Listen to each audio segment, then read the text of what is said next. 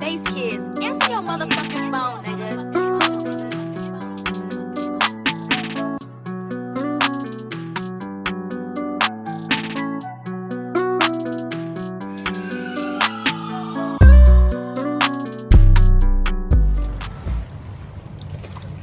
So as you can see right off the bat, she is oxidized.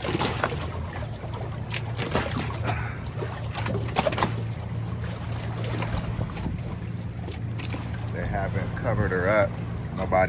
Somebody's been out here. I'm just peeking inside. We might as well unsnap that. Let's unsnap this so we can get a look at the vinyl condition, because no detail is complete without doing the interior. And to me, my philosophy is you're not detailing until you get in the interior. That's buffing, that's sanding. But the detailing, that's a different monster. So to me, all people that claim to be detailers and boat detailers aren't actually boat detailers, because they half-ass it when it comes to doing the interior. They're exhausted, but I get it. You're exhausted by the time you finish all this hard work, all this heavy lifting. But you can see this red.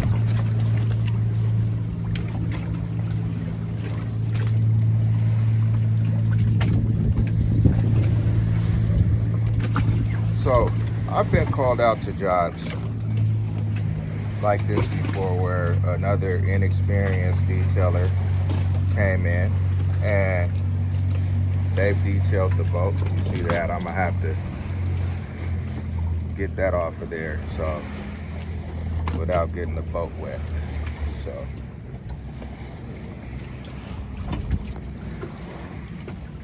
I'll talk. I need both hands in order to do that. Okay. So now I'm inside of the boat. No water on the floor.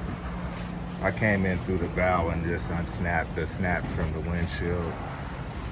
Kind of rolled it back and let the water run off the transom, down off the swim step. So not dealing with a bunch of water. Didn't really leak through. There's your canvas. That's where the water was resting. So let's check it out. Let's see what we got.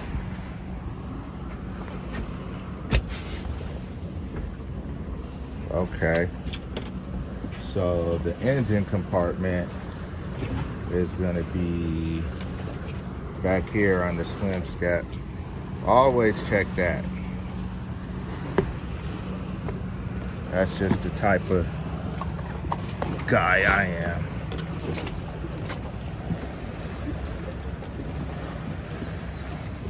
Let me see. No. So, no, this is gonna raise that if I see it.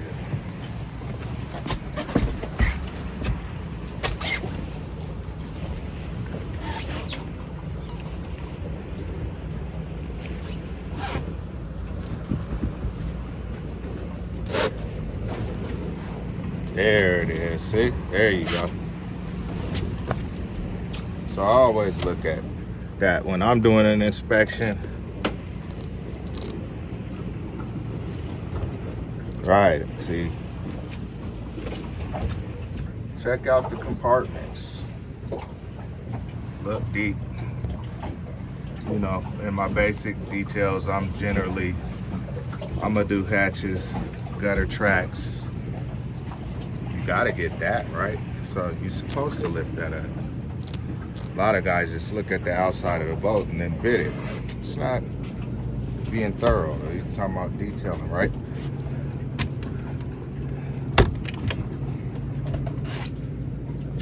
So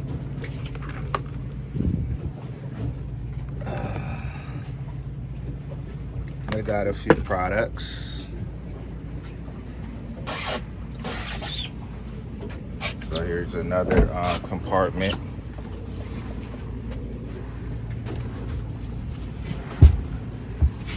They have a head on here as well.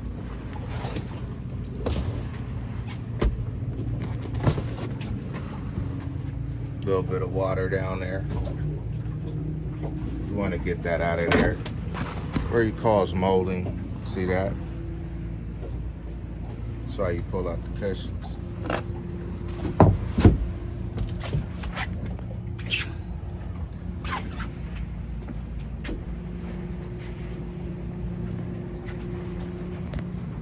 Let's look in the head. Generally, if you guys notice that on most of the smaller boats, they rarely use the head. Okay, this is a little different. So you're gonna want to clean that up.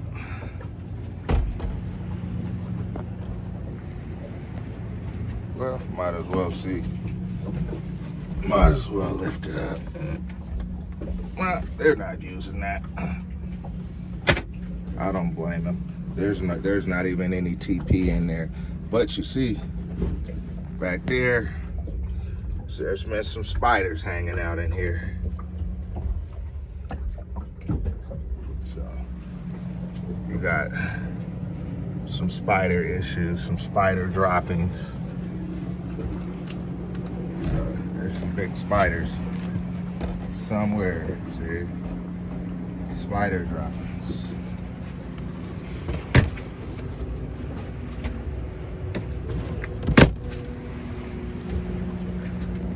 All right, parts lift up. Okay.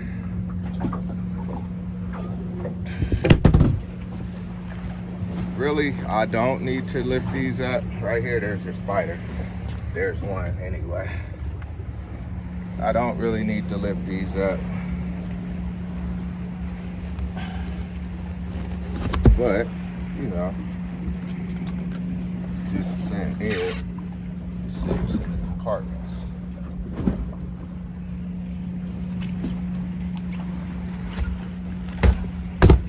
So, I'm definitely gonna be getting, you know, this is gonna get this would be more than the basic detail for me.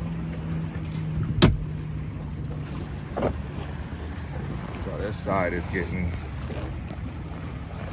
yeah, this is chalky. This is very chalky. So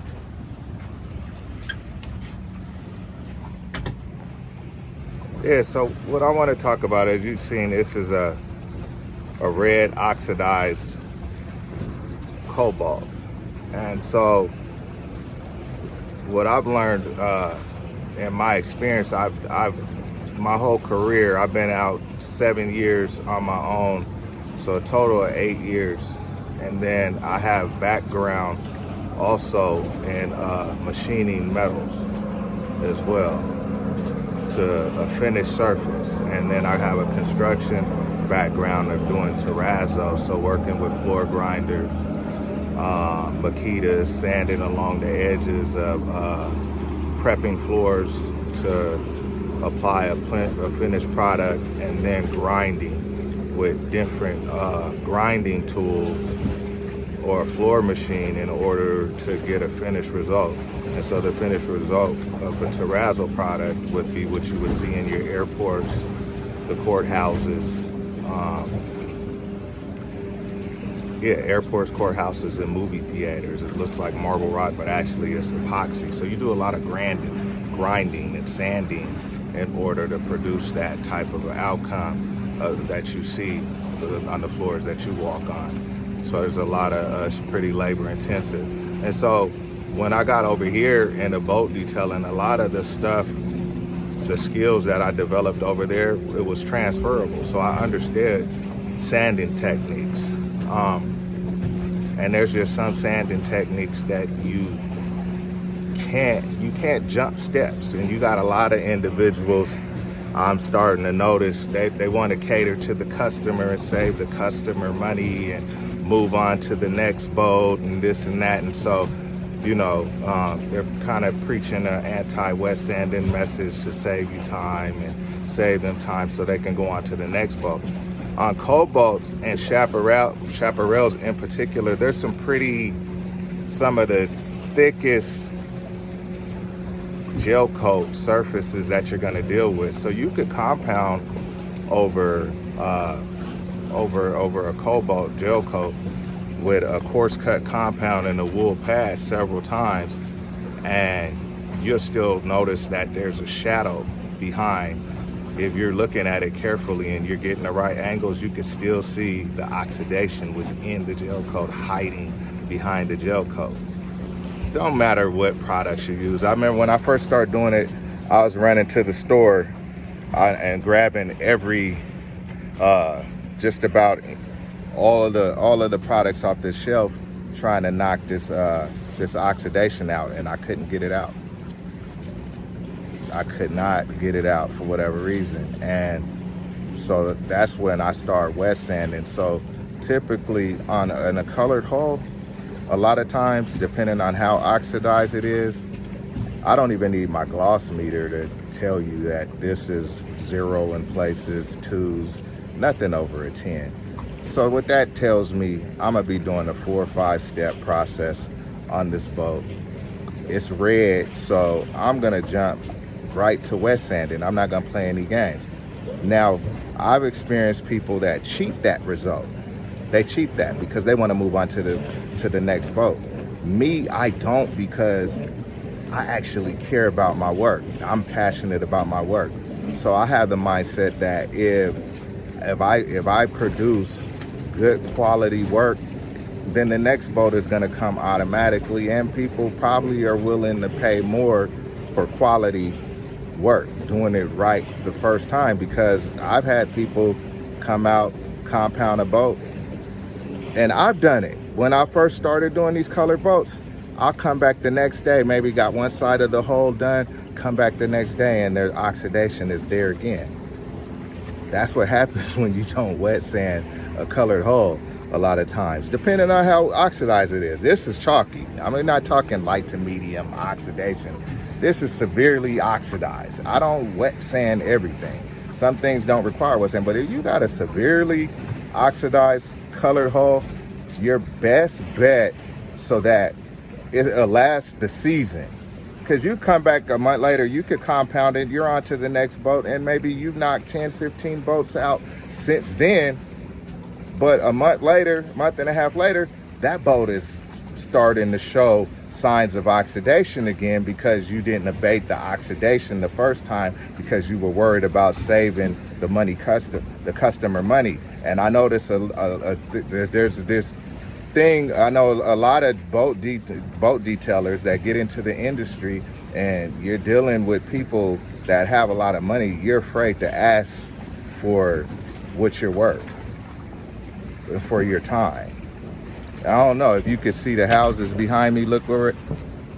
And it's not about milking people for their money or anything like that, but I mean, your time is valuable, and I've had a customer tell me this. These are people like this that told me this, that taught me how to set my pricing structure, because I'm so passionate about my work and I put a lot of hours into my work and I actually care about the work, and I'm not going to deliver it to you unless I like it. So do it right the first time. Then that's how you have repeat customers, repeat people. They come back to you. They're happy about the results. They tell their friends. But if you're just like chasing a buck, let me run through this, knock the oxidation off, they won't see it, it'll be gone for a month, then yeah, you're gonna knock out a bunch of boats, but then you're always constantly having to find new customers as well. So when you do work the first time, they come back, they tell their friends, they come back. Now you got them on plans, maintenance plans and so forth, and maybe you're touching the boat a few times out of the year instead of once, because it'll get oxidized depending on how much sun that is getting. Yeah, the oxidation will return. you got to keep wax. That's the only way to keep your boat from oxidizing, is to wax it more. So when you got a colored hull, typically of those red, blacks, those greens, you're gonna wax. You're gonna have a more rigorous maintenance routine on your boat. So you might want to wax 2-3 times a year, depending. Some of the old timers, they do it a lot, once a month. Keep waxing the gel coat, but to make sure that it doesn't come back 3 months, 4 months, 5 months from now, you're gonna want to wet sand that boat. Okay, I'm not even talking about any of the products that I use. That doesn't even matter to me, because I've been in detail groups and I see guys that do some kick-ass work with products that I couldn't get those results with, because they took the time and stuck with the product to learn the system. So if you got a product that's working for you, stick with that product. You know, it doesn't matter what I'm using. Learn the product and pad combinations so that you can achieve the outcomes that you're trying to get. So there's no really, no right or wrong way, but there is a right or wrong way, because there is a science to surface correction. There is a science, there's a system to surface correction. One-step products a lot of times, and you trying to one-step things. So we're gonna jump right into the processes. So as you can see, this wet sanding is chalky red cobalt with 500 grit Mercury Abralon wet sanding bit. And then pay attention to the pattern. It's important that you want to be consistent with your pattern as you're wet sanding. And you're going to continue that same pattern. It's a textbook pattern throughout all of your processes, every stage, every phase of the boat. So on this boat, on this Cobalt, we're looking at, at least a 4-step, 5-step process in order to get our finished product. And keep the surface wet.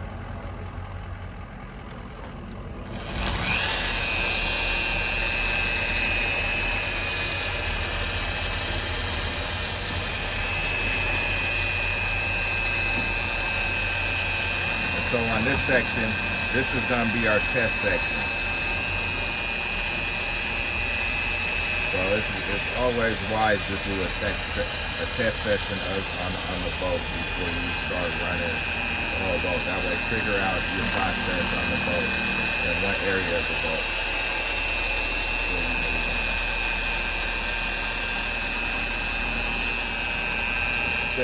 That's the Walmart way of doing things. That's the economy way. You're trying to be efficient, get out of there, get the money, count the money. That's not me. I'm trying to do a kick-ass work. I want when they come out, they don't recognize the boat. Seriously. So, a 1-step looks different than somebody actually taking the time out to do a 3-step, a 4-step. Looks totally different. Totally different. You can't even duplicate that with a 1-step. Yeah,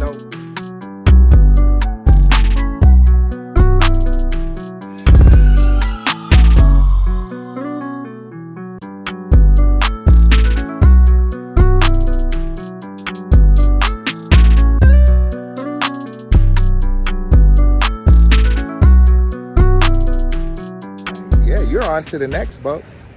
But it took you 2-3 boats to get what that person did in one boat. So,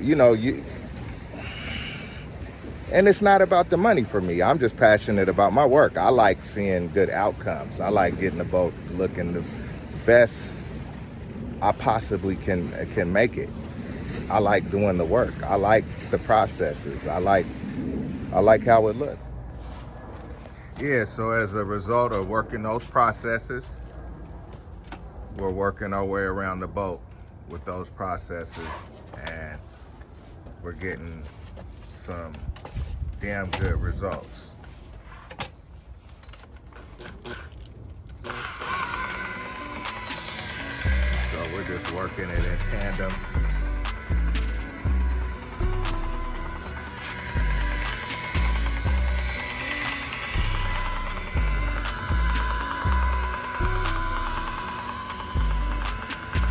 So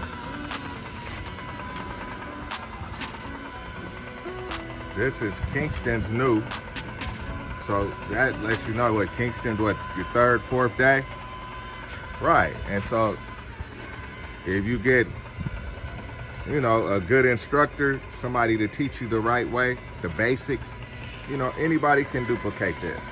But you gotta learn the correct way, learn the processes. Everything's just about processes. Once you get the processes down, then there's just simple mechanics, and you just keep repeating those processes around the boat, every inch of the boat. You know, some areas you step back, look at it. You might not like the outcome. You might have to go over the area. Sometimes you might have to wet sand the area a little more. You might have to go over with another compounding processes, and you just, you know, it's not perfect, but just stick to the processes, and that's how you get your results.